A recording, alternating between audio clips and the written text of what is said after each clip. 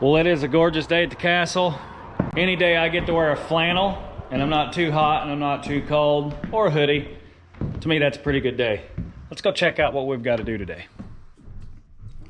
All right, so today is final day to prep for pour. We're hoping to pour Tuesday. We got to put the octagon plates in. We've got one in there to show you guys that. Those are spaced basically every 4 feet. But what you do have to pay attention to is where your floor joists end up going on your 16-inch centers. You can see the black lines on both sides of that X. If I was to put that exactly at 4 feet, it would hit that floor joist. And when you go to put your joist hangers on, you got to nail through metal, or you can't put your screws in your octagon plates. So you got to pull forward one. I always like to go one in the corner, and then 4 feet would have been, again, where that floor joist goes. So I just go over in between the floor joist, in between the floor joist, in between the floor joist. I put X's on that wall as a maybe, but I don't think we're going to put them there. Mainly reason is because our last joist is not going to be on the ICF. We're going to have to sister some boards to it because the block sticks past it. And this one over here, we're probably going to move 3 studs back. So we have a floor joist that goes right there on that outside edge, and if we have a bracket there, it's going to be very hard to get anything mounted up properly. So Eric's going to install the octagon plates. I just showed him the one. He's going to install the rest of those. While he's doing that, I'm going to go out here and try to figure out how we are going to strap that corner. You guys can see where there's some things exposed and yada yada yada.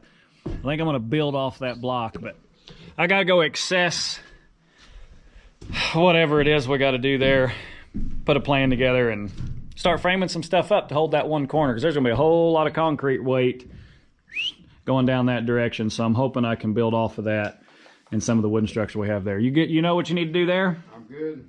All right, I'm gonna head around the outside of the man lift and see if I can get that crutched up and strapped off and foamed and blah, blah, blah, blah, blah. Be safe. All right. Oh.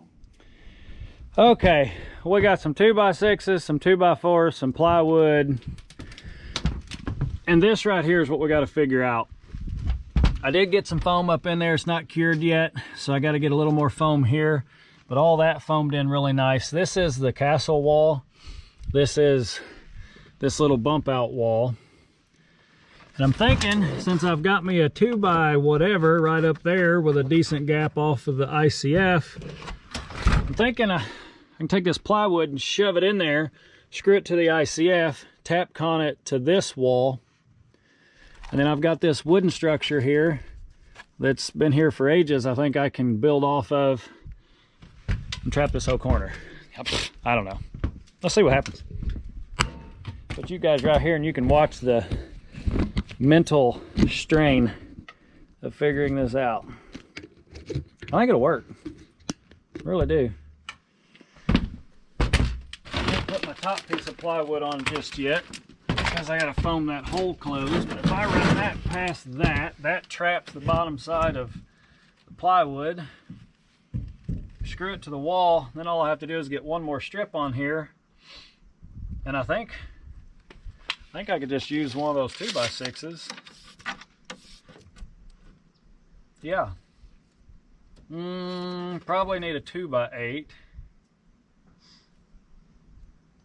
to span this gap and screw to this, screw to this, screw to that, and that'll trap it on the back side too, because it'll be on this plane. Yeah, you want to run down and get a 2x8 off that pile while I screw this together, Eric? Let's see. 8-footer? 8-footer? Yeah, I think there's several right here on this closest pile, maybe. I don't know if these screws are going to work or not. They might hurt me more than they help me, but let's find out. I know it'll hit the stud. There's so much. Yeah.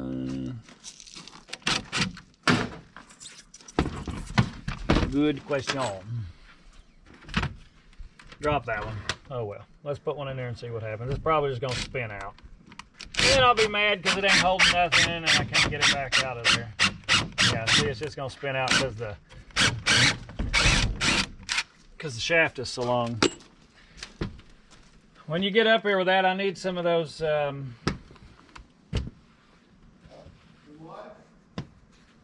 just come on. All right, we'll be back. Mine? Yeah. Oh, yeah? Yeah. It's fine. Now those screws are working just fine. They So all- now what we're using is these barn metal screws. They're self-tappers, which I really don't like, but they hold pretty good in there, didn't they? Yeah, it did. Sounded like it. I'm talking about in there when we were using them. Oh, yeah.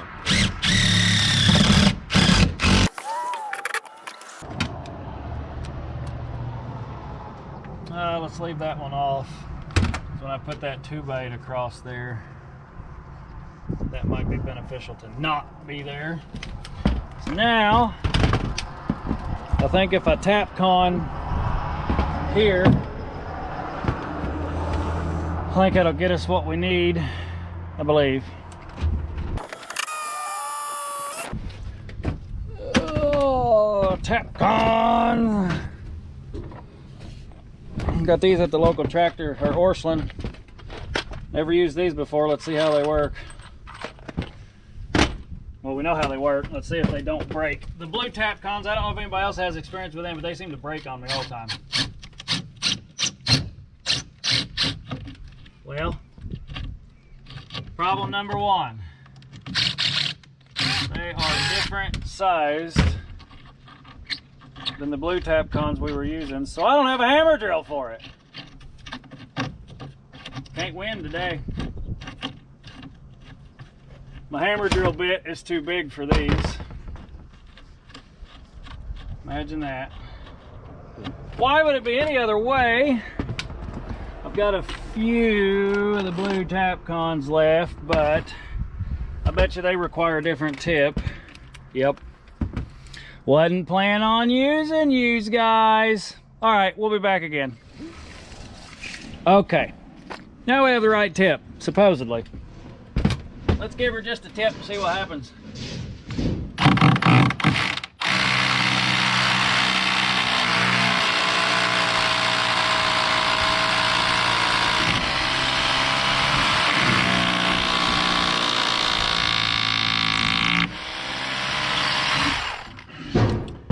Before we waste a whole bunch of time and drill a bunch of those for no reason, let's make sure that's going to work.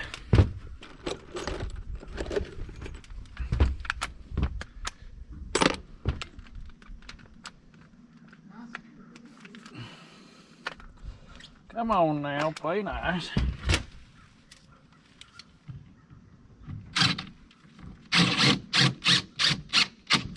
Well, that worked out pretty good.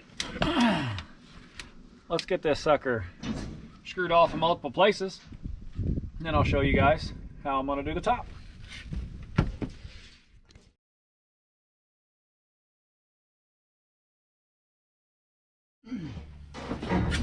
Alright, so what I'm thinking for the last piece to cap this off that I can foam in behind and underneath, throw a 2x8 across this, screw it to the studs, which will hold this piece in place, and then screw it to this wood piece right here underneath of the shingles, because all this gets replaced anyway. So that should give me something really nice to get it screwed to and make sure that it'll hold.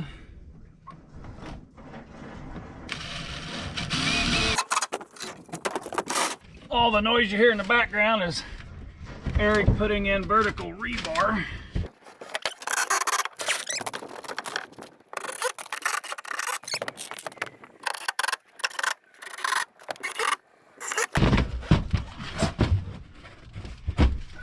Now I should be able to pull my plywood back out just a little bit. Yeah, I believe that'll work.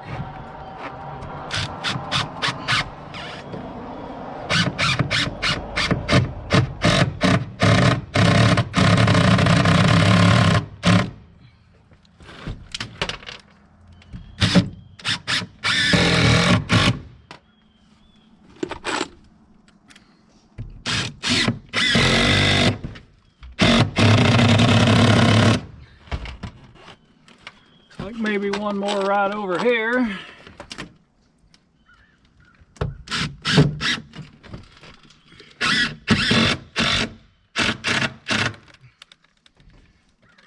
Got it sucked in a little bit there on that corner because the block, again, nothing straight square plumb.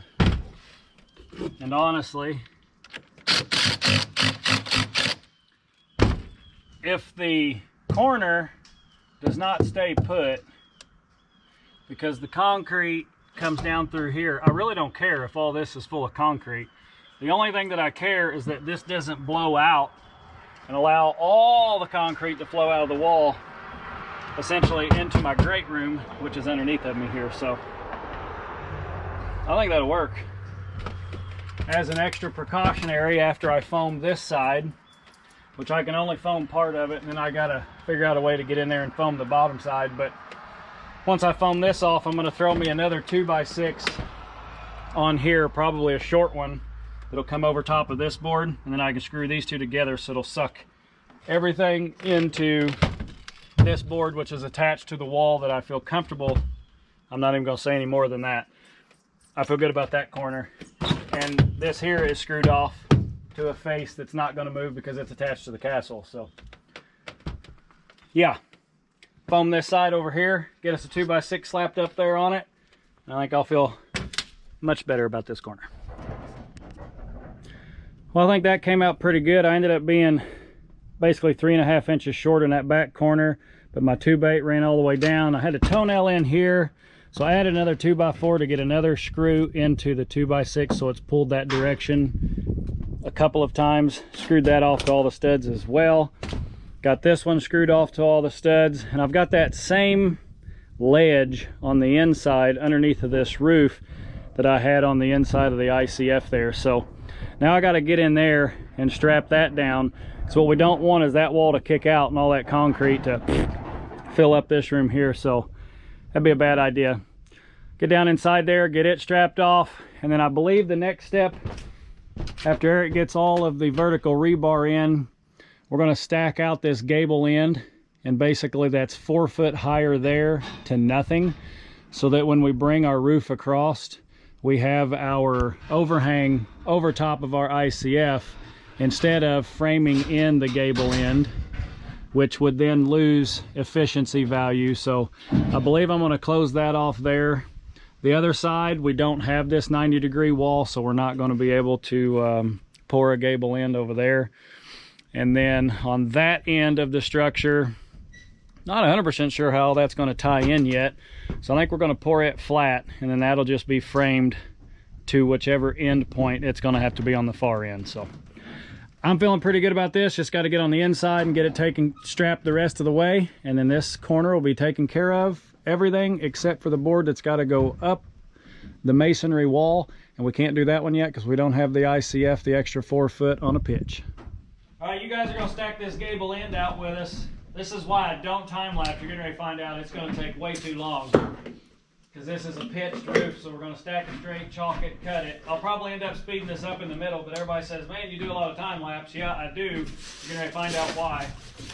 It's not that this process is crazy slow normally, but this is not a normal addition, so that's what makes it crazy slow. At least I'm an impatient person, so it feels crazy slow. First thing we got to figure out is, can I stack over the corner? I've never done that before, so let's find out if it'll let me go past.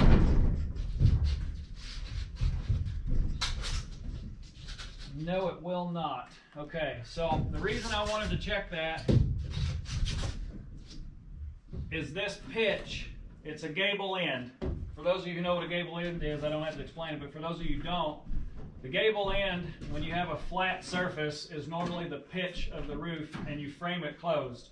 Well, I don't want to frame it closed because then I lose my insulation value of my ICF. I lose the structure of my ICF, it'd be below it, but then I also lose the studs for taking my drywall all the way up to the ceiling. This is not going to be a finished space, but I don't want to lose insulation out of my floor system here through this framed wall. So ICF has a better insulation value. So we have to continue that pitch all the way across to this outside point of the IC at this outside wall. So I will end up with a void here since I can't stack through, but that's all right. As long as we can get it right here on this corner. That'll work, and then basically we're going to cut this block up through here after we stack this out. Hand me one more pull. Hopefully it fits. Let's see here. 1, 2, 3, 4, 5, 6, 7. 3 lines. I think you're going to have to trim it for me. Where's our other seam? Yep, we're over that good there. 7 and 3 lines. So realistically, what we need is 41.5 inches. Which if you cut it 41, I can foam it up. Here, I think mine down there. Oh my gosh. Oh, it forgot your tape. 41, you say? Yeah. I guess you're gonna need this too, aren't you? Yeah.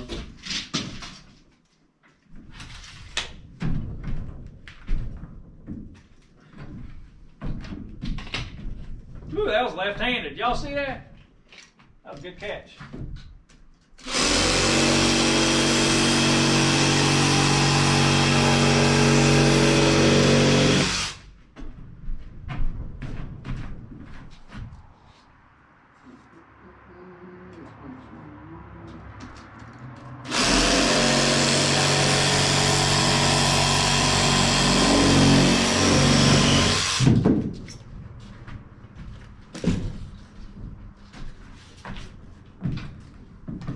Thank you. I need a full.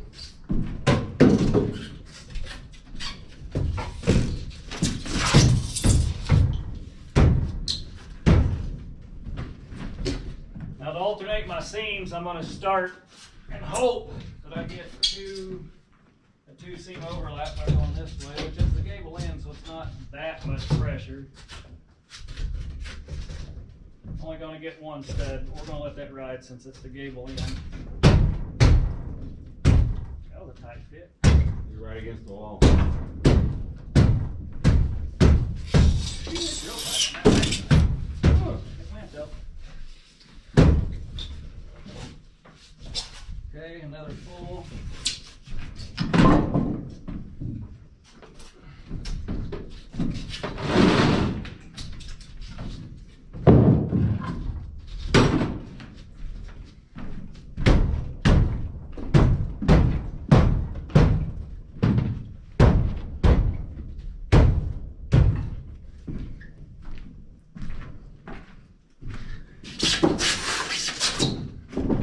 Actually, Eric, I think I can let this pull off of here.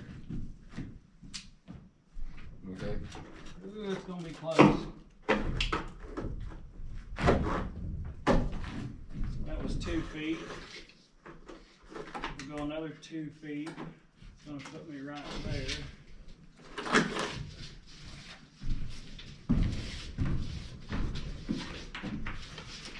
Play on tape measure.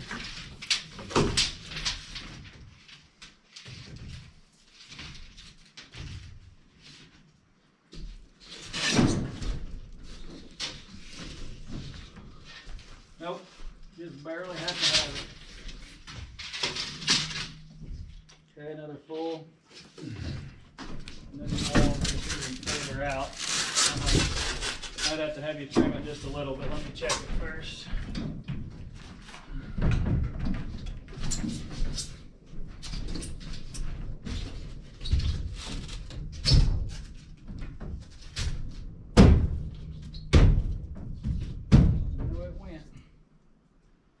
Alright, one more full. I'm a full for you. Get some. Mm-hmm.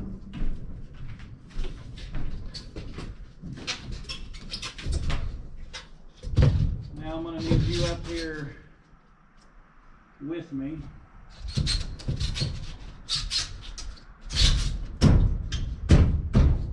You gotta get that chalk line in behind these braces. Yeah, I've got a lot of stuff stacked in your way right there.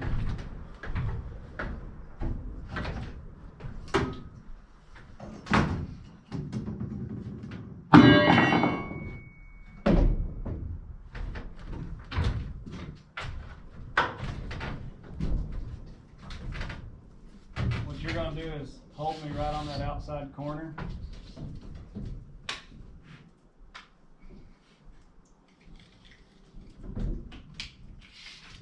That outside corner right there.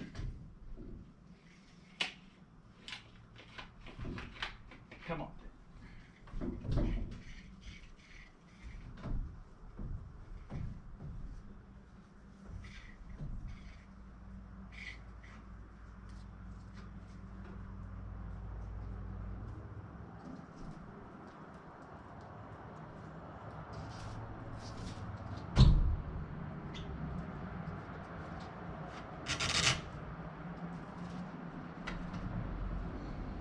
Like it? Yeah.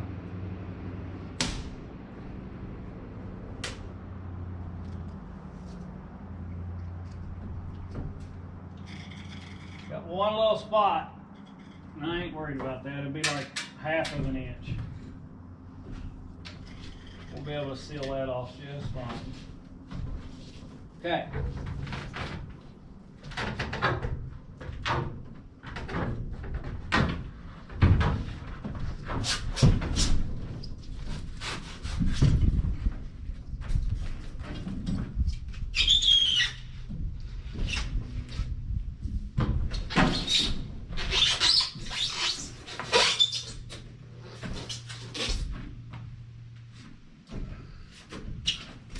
That one doesn't get cut at all.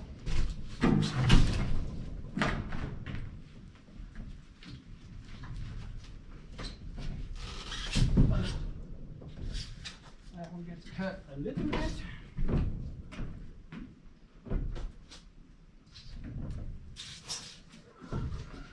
Ha! You know what I should have done? What?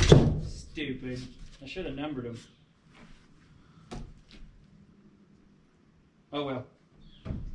We got them down now. Well, I can tell you how they came down. You ready? You got a pencil? I can do Those it. two go on top, This goes on bottom. so we would number them. That'd be 1. Yeah, this would be 1, 2, 3, 4. Yeah. I don't have a pencil now. I I guess I dropped it out of my ear.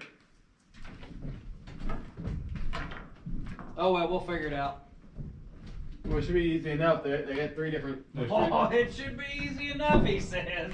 I do say that because they're 3 different angles, 3 different sizes. I mean, not different angles, but different sizes. So, Yeah. should be pretty easy to put together.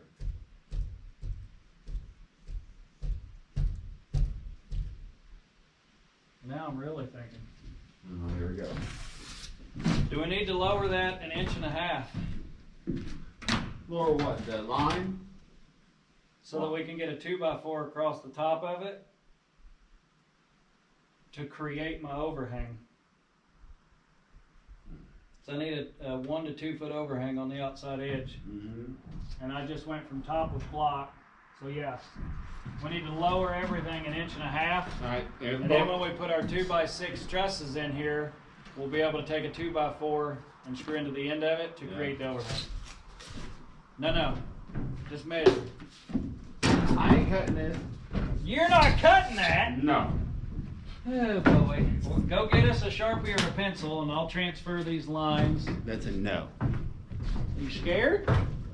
This is my first time working on one of these. I ain't doing that. I'm First time. He's scared. just being cautious. How fast can you go? So I do need to lower it down.